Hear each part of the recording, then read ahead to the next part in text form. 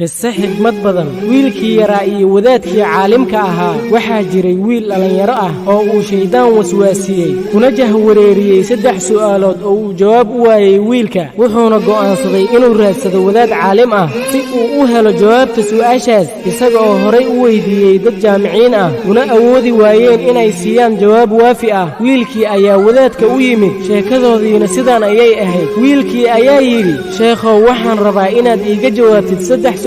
oo madaxa iga wareerisay sheekhi ayaa yiri iweydii waxaan isku dayi doonaa inaan kaaga jawaabo insha Allah wiilkii ayaa ku yiri sheekhow midda koowaad ilaahay ma jiraa haduuse jiro itus ilaahay midda labaad qadarta ma jirtaa midda saddexaad shaydaanka naar ayaa laga abuuray ilaahayna wuxuu noo sheegay inuu naar galayo marka sidee wax dab ka sameeysan wax uga tari karaa dab kale ileen dab hadii lagu daaro dab kale waxba iskama qaadayaane sheekhi ayaa la yaabay wiilka su'aalihiisa intuu fikiray ayuu dharbaxyo xoog badan ku dhuftay wiilkii ayaa yiri sheekhow wax baan ku weydiiyay maxaad ii dishay oo aad u xanaaqday markaas buu sheekhii ku jawaabay ma aanan xanaaqine dharbaxshada aan kugu dhuftay waxay jawaab u tahay saddexdii su'aalood oo dhan wiilkii oo yaaban baa yiri sheekhow kuma fahmina ii faahfaahi jawaabtii koowaad sheekhii ayaa yiri dharbaxshadan markaan kugu dhuftay maxaad dareentay wiilkii baa yiri aad baan u xanuunsaday sheekhii baa ku jawaabay